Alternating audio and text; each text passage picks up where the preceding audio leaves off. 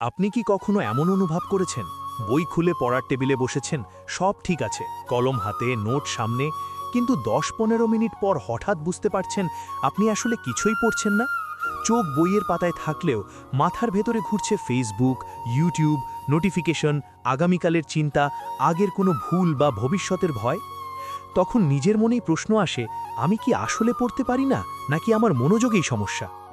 আজকের এই ভিডিওটা যদি শেষ পর্যন্ত দেখেন, তাহলে আপনি জানতে পারবেন কিভাবে মাত্র ২৫ মিনিটে নিজের মনকে কন্ট্রোল করে ঘন্টার পর ঘন্টা মনোযোগ দিয়ে পড়া যায়, কোনো চাপ ছাড়াই, কোনো কঠিন নিয়ম ছাড়াই। এই ছোট্ট কিন্তু পাওয়ারফুল টেকনিকটার নাম পোমোডোরো টেকনিক।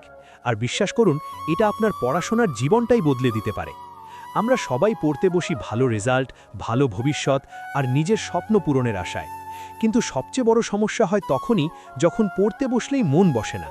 আপনি এসএসসি বা এইচএসসি স্টুডেন্ট হন, বিশ্ববিদ্যালয়ের শিক্ষার্থী হন, কিংবা চাকরির প্রস্তুতি নিচ্ছেন, সমস্যাটা সবারই এক। আমরা অনেকেই মনে করি আমাদের মনোযোগ কম, কিন্তু সত্যি কথা হলো মানুষের মস্তিষ্ক লম্বা সময় ধরে একটানা ফোকাস করার জন্য তৈরি না। ব্রেন স্বাভাবিকভাবেই ছোট ছোট সময়ের মধ্যে কাজ করতে পছন্দ করে। আপনি যখন নিজেকে বলেন আজ ৪ ঘন্টা পড়ব, তখন আপনার ব্রেন ভয় পেয়ে যায়, কারণ কাজটা তার কাছে বড়, চাপের আর বোরিং মনে হয়। ফলাফল হিসেবে আপনি বারবার মোবাইল ধরেন, উঠে যান, ঘুম পান বা পড়ার নাম করে সময় নষ্ট করেন। এখানেই পোমোডোরো টেকনিক অসাধারণভাবে কাজ করে। এই টেকনিকটা তৈরি করেছিলেন ফ্রান্সিসকো সিরিলো নামে একজন মানুষ। তিনি নিজেও পড়াশোনায় ফোকাস করতে পারছিলেন না। একদিন তিনি রান্নাঘরের একটা টমেটো আকৃতির টাইমার ব্যবহার করে ২৫ মিনিট পড়ার সিদ্ধান্ত নেন। সেই টমেটো বা ইতালিয়ান ভাষায় পোমোডোরো থেকেই এই টেকনিকের নাম। এর মূল ধারণা খুবই সহজ: ২৫ মিনিট শুধু পড়া, তারপর ৫ মিনিট ব্রেক।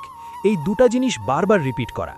আপনি প্রথমে ঠিক করবেন আজ কি পড়বেন, খুব বড় কিছু না, শুধু একটা টপিক বা কয়েক পৃষ্ঠা। তারপর টাইমার সেট করবেন ২৫ মিনিটের জন্য। এই ২৫ মিনিটে আপনার একটাই কাজ, পড়া। মোবাইল সাইলেন্টে, নোটিফিকেশন বন্ধ, দরজা বন্ধ, কাউকে বলবেন যেন ডিস্টার্ব না করে।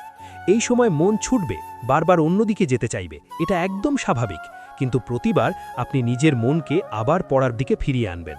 ২৫ মিনিট শেষ হলে আপনি নিজেকে অভিনন্দন জানাবেন এবং ৫ মিনিটের জন্য ব্রেক নেবেন। এই ব্রেকে আপনি উঠে দাঁড়াতে পারেন, পানি খেতে পারেন, চোখ বন্ধ করে একটু রিল্যাক্স করতে পারেন, কিন্তু মোবাইল স্ক্রল করবেন না। ৪টে পোমোডোরো শেষ হলে আপনি ১৫ থেকে ৩০ মিনিটের একটা বড় ব্রেক নিতে পারেন। এই টেকনিকটা এত ভালো কাজ করে কারণ এটা আপনার ব্রেনকে ভয় দেখায় না। ২৫ মিনিট শুনে মস্তিষ্ক ভাবে, আচ্ছা এটা তো করা যায়। আবার প্রতিটা পোমোডোরো শেষ হলে আপনার ব্রেন একটা ছোট সাকসেস ফিল করে, যেটা ডোপামিন তৈরি করে। এই ডোপামিন আপনাকে আবার পড়তে বসতে উৎসাহ দেয়।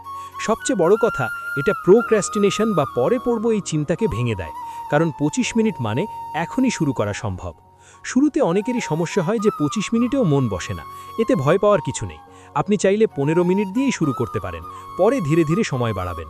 অনেকেই বলে মোবাইল ছাড়তে পারি না। এর সবচেয়ে সহজ সমাধান হলো মোবাইল অন্য রুমে রেখে দেওয়া বা কাউকে দিয়ে রাখা। আবার অনেকে ব্রেকে গিয়ে পুরো ফোকাস নষ্ট করে ফেলে, কারণ তারা তখনই সোশ্যাল মিডিয়াতে ঢুকে পড়ে। মনে রাখবেন, ব্রেক মানে চোখ আর শরীরকে রিল্যাক্স করা, ব্রেনকে আবার ওভারলোড করা না। পড়াশোনার জন্য পোমোডোরো ব্যবহার করলে কিছু স্মার্ট জিনিস মাথায় রাখবেন।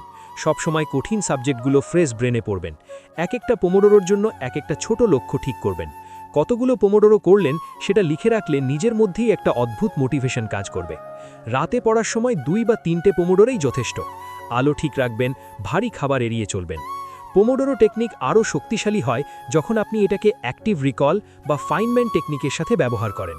তখন পড়াটা শুধু দীর্ঘ হয় না, কার্যকর হয়। আমি আপনাকে একটা বাস্তব উদাহরণ দিই। রাকিব নামের একজন ছাত্র প্রতিদিন ৬ ঘন্টা পড়তে বসত, কিন্তু কিছুই মনে থাকত না। পোমোডোরো শুরু করার পর সে দিনে ৩ ঘন্টার বেশি পড়ত না, কিন্তু তার ফোকাস এত বেড়ে যায় যে রিভিশন কম লাগে এবং রেজাল্ট অনেক ভালো হয়। এখান থেকে একটা জিনিস পরিষ্কার: সময় না, ফোকাসই আসল। শেষে আমি শুধু এইটুকুই বলতে চাই, আপনি অলস না, আপনি অযোগ্য না, আপনার মস্তিষ্ক শুধু ভুলভাবে ব্যবহার করা হচ্ছে।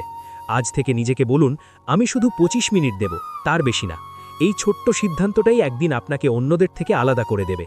ভিডিওটা যদি আপনার কাজে লাগে, তাহলে এমন একজন বন্ধুকে পাঠান যার পড়তে বসে মন বসে না। দেখা হবে পরের ভিডিওতে।